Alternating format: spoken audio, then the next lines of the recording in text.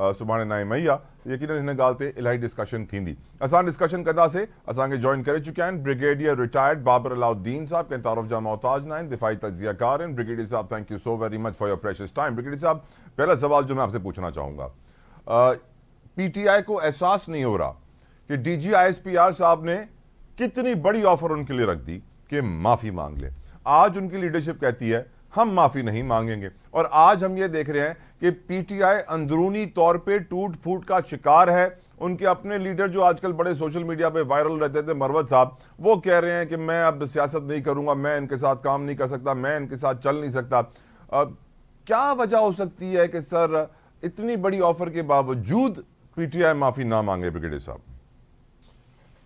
तला साहब, बहुत शुक्रिया आपका, जी सर। इतने इम्पोर्टेंट इशू पे आपने बात करने का मौका दिया। असल में ये सियासत में जब फ्लेक्सिबिलिटी नहीं होती, जब रौनियत आपके पर्सनालिटी के ऊपर हावी हो जाती है, जब आपके रवैये में लचक नहीं होती, आप सब कुछ एक ही आंख से देखते हैं और आप सेल्फ सेंटर्ड हो जाते हैं, तो फिर ये प्रॉब्लम्स होती हैं। ये चीज़ें जमहूरियत में, सियासत में कभी भी आपको कामयाबी की तरफ नहीं लेके जा सकती। जो मैंने अपनी लाइफ में देखा है, जो पढ़ा है, जो देखा है, कि सियासत नाम ही डायलॉग है, सियासत नाम ही फ्लेक्सिबिलिटी का है, एडजस्टेबिलिटी का है। हालात के मुताबिक आपको एडजस्ट करना पड़ता है। इसका ये मतलब कतई नहीं होता कि आप अपने बेसिक प्रिंसिपल्स के ऊपर कॉम्प्रोमाइज करें। प्रिंसिपल्स भी इंसान को ऐसे रखने चाहिए जो कि आपको सियासत में किसी बंद गली या बंद रास्ते की तरफ ना लेके चले जाएं। DGISPR की आपने प्रेस कॉन्फ्रेंस का जिक्र किया, माफी कोई किसी एक पर्सनालिटी से जिक्र नहीं किया, किसी एक शख्स से माफी मांगे। कौम से माफी बेसिकली होता है कि आप कौम से माफी मांगे, बिकॉज आपने जो जुर्म किया है वो एक शख्स या एक पर्टिकुलर इंस्टीट्यूशन के खिलाफ नहीं किया, ओवरऑल आपने रियासत के खिलाफ किया है, आपने अवाम के खिलाफ किया है, स्टेट के खिलाफ किया है। तो माफी बेसिकली उनका ये मकसद था, ये उनका मतलब था। और सबसे पहले आप कंडेम तो करें। आप देखें, 1 साल कल हो जाएगा, अभी तक पीटीआई के सरबरा ने, उनके बानी ने या उनकी दूसरी मेजर लीडरशिप ने अभी तक इस वाक़े की मजम्मत भी नहीं की। तो जब आप मजम्मत नहीं करेंगे, इसका मतलब आपको गलती का इतराफ़ ही नहीं है, और आप आज भी ये समझते हैं कि या तो आपने ठीक किया या आपने फिर ये किया ही नहीं है। हालांकि सबको पता है कि 9 मई को क्या हुआ, इसमें कोई एक्स्ट्रा किसी सबूत की ज़रूरत नहीं है, किसी एविडेंस की ज़रूरत नहीं है। ये कैमरे ने देखा, आजकल के दौर में कोई चीज़ किसी से छुपी नहीं रहती, टीवी चैनल्स ने दिखाया। तो जब आप इस तरह की बात करेंगे तो फिर आप आगे कैसे बढ़ेंगे?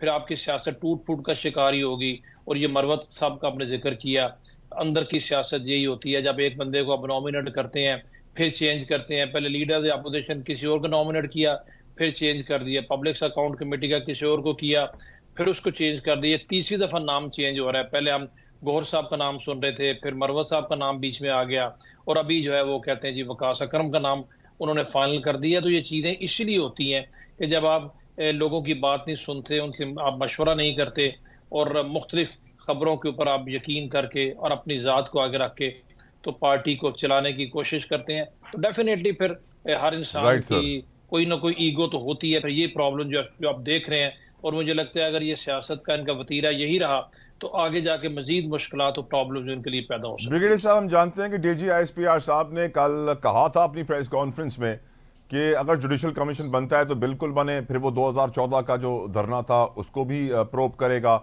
उसके अलावा भी जो PTV पर हमला हुआ था उसको भी प्रोब करेगा। आज हम देख रहे हैं कि सर बानी PTI ने भी बयान दे दिया। अडियाला में उनकी मीडिया के मेंबरान से गुफ्तगू हुई तो वो कहते हैं कि बिल्कुल जुडिशल कमीशन बनना चाहिए, 2014 की इंक्वायरी के लिए भी तैयार हूं, मैं क्यों माफ़ी मांगूं। तो सर क्या वजह है कि आर्मी चीफ की तरफ से जो तर्जुमान है हमारे पाक फौज की DGISPR, वो भी कह रहे हैं कि जुडिशल कमीशन बनना चाहिए। PTI की जो बानी है इमरान खान, वो भी कह रहे हैं कमीशन बनना चाहिए। DGISPR ने कहा 2014 की प्रोब होनी चाहिए, इमरान खान भी कह रहे हैं 2014 की प्रोब के लिए तैयार हूं। Who's stopping them, sir? कौन रोक रहा है इस जुडिशल कमीशन को और इस तहकीकात को होने से? सर क्यों नहीं बन रहा, या सिर्फ ये लफ्जों की गोलाबारी है जुडिशल कमीशन? बेसिकली लफाजी है, क्योंकि DGISPR की अगर आप पूरी प्रेस कॉन्फ्रेंस यकीन आप देखिए, उन्होंने ये भी कहा कि जुडिशल कमीशन का तो तब जरूरत पड़ती है जो एविडेंस ना हो, या कोई इबहाम हो या शकूक हो। इतने क्लियर एविडेंसेस हैं कि जुर्म किसने किया, किसने कराया, तो इसमें जुडिशल कमीशन बनाने को बेशक बना दें, लेकिन इसमें जुडिशल कमीशन की शायद उस तरीके से ज़रूरत नहीं है।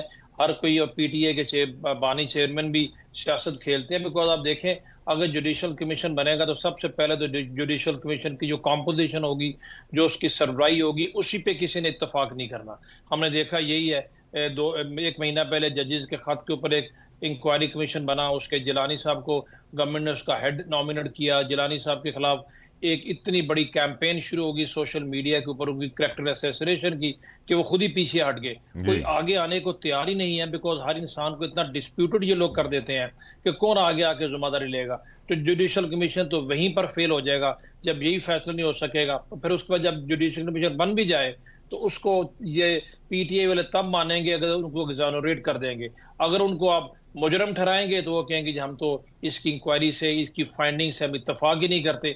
तो ये तो तभी होता है ना जब दोनों तरफ से, बिलखसूस उनकी तरफ से जो जिनको मेन मुलजम या मुजरिम कहा जा रहा है, वो खुली तरीके से एक्सेप्ट करे और उसकी फाइंडिंग्स को भी माने।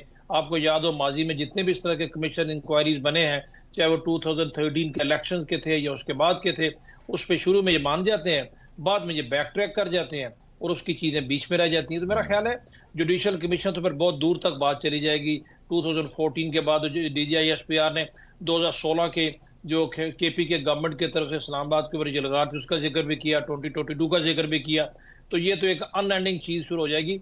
अगर लास्ट ईयर 9 मई के जो केसेस अदालतों में है, अगर उन्हीं को स्पीडी ट्रायल से उनका डिसीजन कर दिया जाए तो मैं उससे मामला काफी हद तक क्लियर हो जाएगा। जो मुजरिम है उनको सजा दे, जो मुजरिम नहीं है उनको बेशक रिहा कर दें। तो मेरा ख्याल है ये उससे भी, क्योंकि ऑलरेडी केसेस तो अदालतों में है, 1 साल तो हो गया है, तो उनमें बहुत सारे एविडेंसेस आ भी चुके हैं। तो अदालतों को तरजीही बुनियादों पर उन केसेस का फैसला करना चाहिए। और इवन अगर मिलिट्री कोर्ट्स भी कुछ केसेस सुन के फैसला करती हैं, उसमें भी कोई किसी को एतराज नहीं होना चाहिए। बिकॉज मिलिट्री कोर्ट्स के डिसीजन को अब हाई कोर्ट में और फिर सुप्रीम कोर्ट में चैलेंज भी कर सकते हैं। मिलिट्री कोर्ट को हरफ आखिर नहीं है। और आखिर में मैं ये कहूंगा ताला साहब, एक्स्ट्रा ऑर्डिनरी सर्कमस्टांसिस में मैयर्स भी एक्स्ट्रा ऑर्डिनरी लेने पड़ते हैं। ये नहीं हो सकता कि इतना बड़ा वाकया हो जाए जिसका मुल्क मुतहम्मिल नहीं हो सकता, तो उसको नॉर्मल तरीके से डील आप नहीं कर सकते। गैर मामूली वाकयात को डील करने के लिए इकदामात भी गैर मामूली ही करने पड़ते हैं। करेक्ट।